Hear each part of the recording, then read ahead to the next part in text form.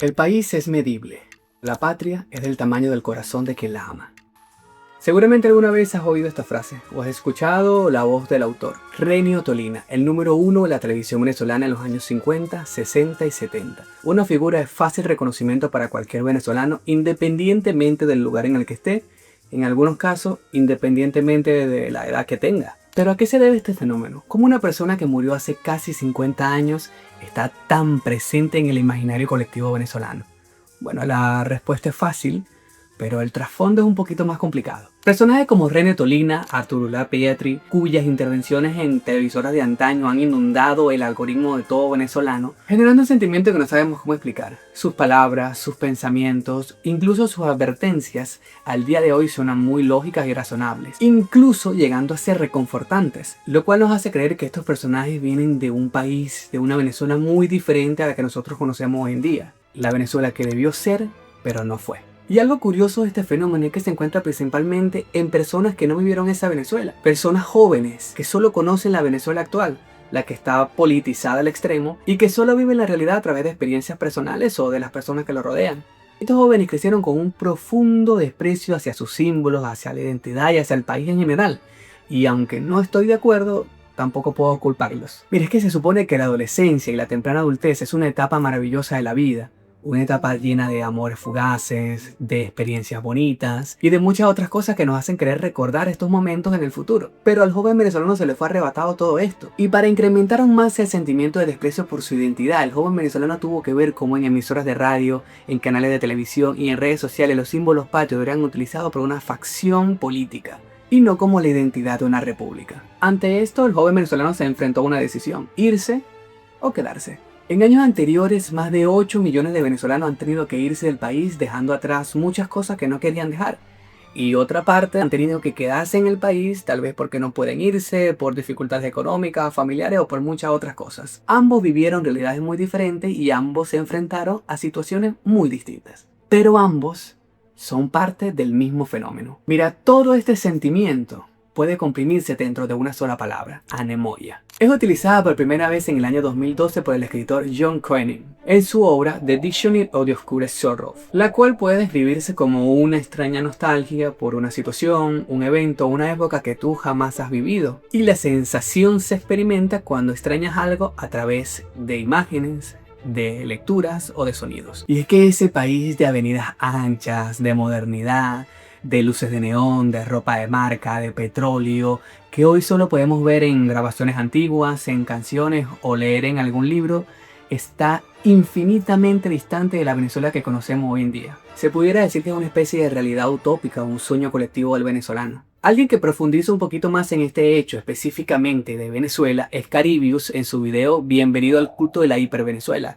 que si no lo has visto te recomiendo que lo veas porque no tiene pérdida. Pero ahora vale la pena hacerse la siguiente pregunta: ¿por qué el venezolano ha acudido a esto? El venezolano dejó de luchar por su país porque encontró en la anemoia su zona de confort. ¿Y es esto una salida fácil a un problema muchísimo más complicado? Mira, hay dos maneras de explicar la realidad venezolana: desde el interior y desde el exterior. En este video intentaré explicar las dos partes. Cuando una persona ve a Venezuela desde afuera, no puede evitar preguntarse ¿cómo se llegó a esto? Y la respuesta corta es que esta es la consecuencia de un sistema corrupto. No fallido, corrupto. Es que lo que se ve hoy es la fase final de un plan elaborado minuciosamente que, para desgracia de todos, funcionó a la perfección. La otra pregunta que se puede hacer alguien es: ¿nadie se opuso? Y la respuesta corta es sí, desde el principio, solo que muchos ya no están y los que se consideran una oposición han sido también parte de todo esto. Y algo importante para tener en cuenta es que este plan nunca hubiera funcionado si no se controlara dos factores: la narrativa y los actores. George Orwell en 1984 talla como el gran hermano, el gobierno totalitario de la novela, es capaz de cambiar múltiples veces el pasado para cambiar la percepción que tiene la población de este, asegurando que el presente es un presente muchísimo más digno y que asegura el futuro de la nación y por ende el futuro del Estado. Dentro de la política del gran hermano está que todas las penurias y todo lo que pasa a la población es necesario para asegurar dicho futuro. Y esto se logra recordándole constantemente a la población todas las horribles cosas que se vivieron en las épocas pasadas. Algo muy parecido a los horrores del bipartidismo, los horrores de las dictaduras de los 50, los horrores de la Cuarta República y todas esas cosas horribles que pasaban muchísimo antes de las elecciones del nuevo milenio. Eso es controlar la narrativa y puede hacerse cuantas veces sea necesario. Pero para llevar esto a cabo es necesario actores, enemigos y aliados. Y aquí nos vamos a otro cuento de George Orwell, Rebelión en la Granja. En esta historia los animales se rebelan ante la sociedad humana, expulsando al granjero y viviendo el sueño de todo animal. Una granja sin intervención del hombre, un paraíso animal, controlado de forma democrática por los cerdos. Poco a poco todo se va transformando en una especie de dictadura, ya que los cerdos empiezan a romper sus propias reglas, empiezan a instaurar labores que ellos no cumplen, básicamente empiezan a funcionar como un régimen totalitario. Y es que Rebelión en la Granja es una sátira de la Unión Soviética. Pero algo primordial para mantener esta narrativa es que los cerdos aseguran que los seres humanos son los causantes de absolutamente todas las desgracias de los animales. Y los animales, al no tener conocimiento real de todo esto, creen fielmente en la palabra de los cerdos. Esta situación escala cuando uno de los cerdos se rebela contra el poder diciendo que están haciendo las cosas mal y es expulsado y tratado como el enemigo principal después de los humanos. Y es que la historia nos ha dado muchos ejemplos. Cualquier persona que se oponga a un régimen totalitario automáticamente pasa a ser parte del enemigo. Y esto calza a la perfección con la historia política de Venezuela, porque nosotros siempre hemos escuchado la historia del enemigo externo. Pero en Venezuela se llevó un paso más allá porque el poder se dio cuenta que no hay nada que desmoraliza más que una traición. Por eso que hemos visto líderes de oposición que se alzan contra el poder, llenan de esperanza al pueblo y luego se cambian de facción, negocian unas condiciones que le convienen nada más a ellos y salen del país para vivir una retirada dorada, aceptando que el poder los exhiba como unos traidores del pueblo. Esta estrategia se repitió muchísimas veces en el pasado, logrando su cometido, desmoralizar al pueblo y mantenerlo sometido. Y una vez que te entiendes esto, es más fácil comprender por qué muchísimos jóvenes prefieren inscribirse en organismos de seguridad adeptos al poder, graduarse en 2 años y obtener beneficios económicos fáciles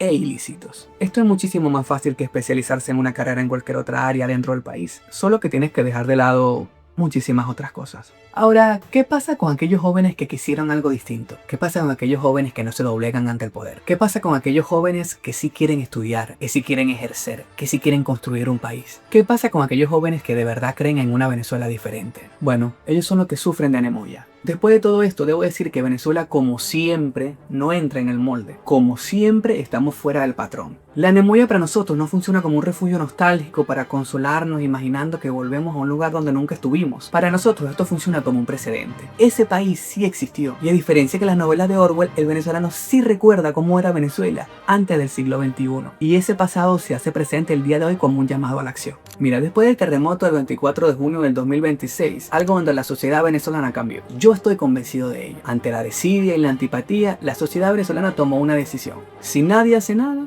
lo haremos nosotros. Es que solo el pueblo salva al pueblo. Y aunque han pasado varios días de ese hecho, aún hoy el venezolano se sigue salvando a sí mismo. Y es que esa es la única salida en esta y en cualquier situación. Ante la ausencia de liderazgo, nosotros hemos acordado tácitamente que no queremos seguir siendo víctimas de manipulaciones ni desprecios. Poco a poco hemos recordado lo que significa ser de aquí, la responsabilidad que tenemos como venezolanos. Y hoy más que nunca estamos dispuestos a aceptarla, gústele a quien le guste. Es por eso que esos recuerdos de una Venezuela próspera deben seguir funcionando como un motor individual y colectivo. Nosotros debemos dejar de lado la narrativa victimista, la recompensa fácil y el miedo a la responsabilidad. No podemos cambiar lo que se hizo, pero sí podemos elegir no cometer viejos errores y cambiar nuestro futuro.